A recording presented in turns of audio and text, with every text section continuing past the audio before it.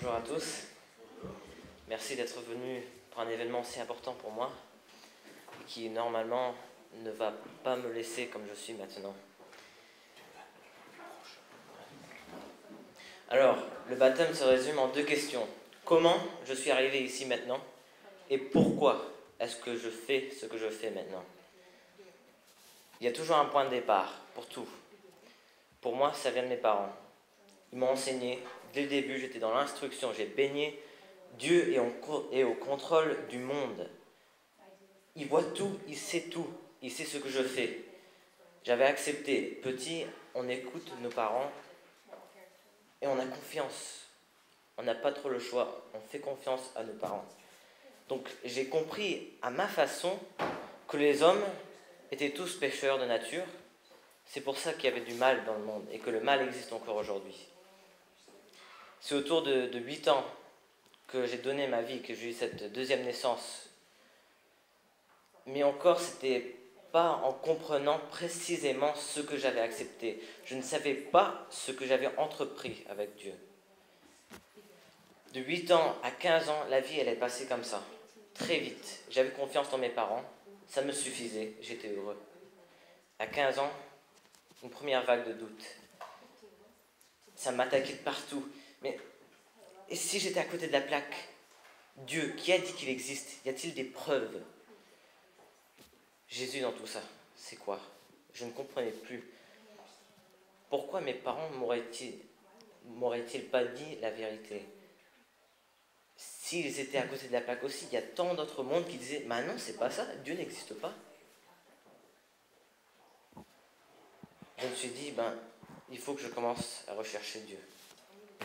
Cette première recherche, elle a commencé, c'est surtout en 2007, lors d'un camp chrétien à Orléans. Un pasteur avait parlé, il avait donné comme analogie Abraham et ses puits.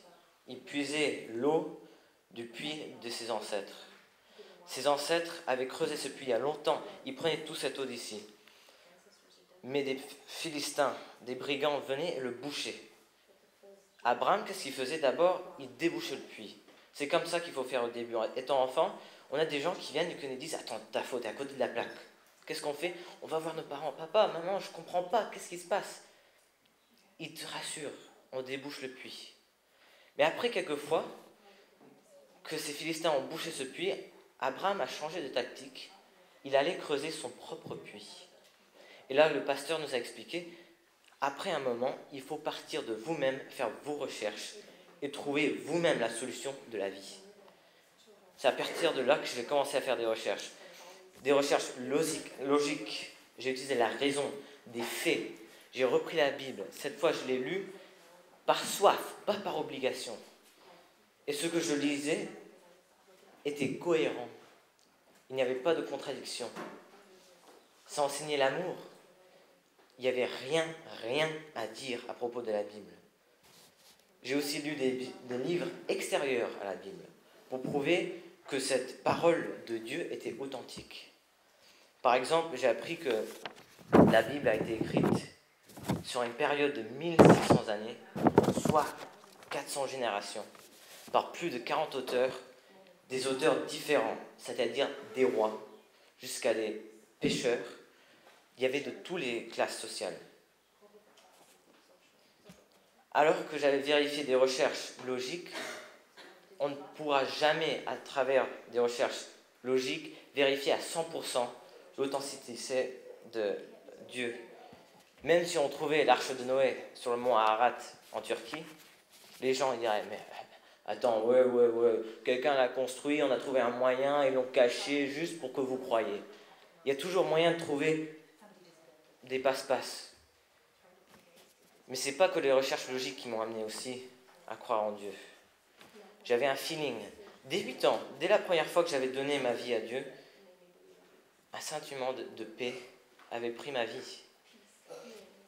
Et à 17 ans, j'ai remis en valeur ma vie devant Dieu. Je lui ai dit, reprends contrôle.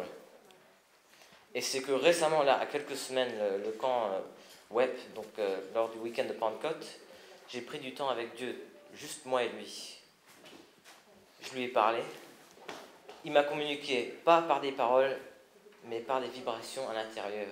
Je savais qu'il était là, et je ne pouvais pas douter. Or, ce n'est que très récemment que j'ai compris Jésus, qu'est-ce qu'il a fait là-dedans, cette dernière pièce. Dieu, il a réussi à mettre en évidence le péché dans ma vie. Le péché. L'homme, il est bon de nature. Il veut faire le bien. Oui, il veut faire le bien, mais il ne peut pas faire le bien. J'ai fait une liste des péchés, juste mercredi, il y a quelques jours, une liste des péchés que je fais fréquemment. Je suis arrivé à plus de 15. Et je pourrais faire encore plein. Je commets toujours le mal. Mais pourquoi? Est-ce que c'est parce que je veux faire le mal? Non. Paul, dans Romains, l'apôtre Paul, chapitre 7, verset 15, il dit un verset vraiment, c'est moi.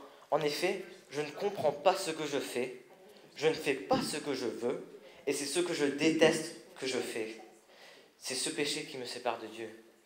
Dieu, il est parfait.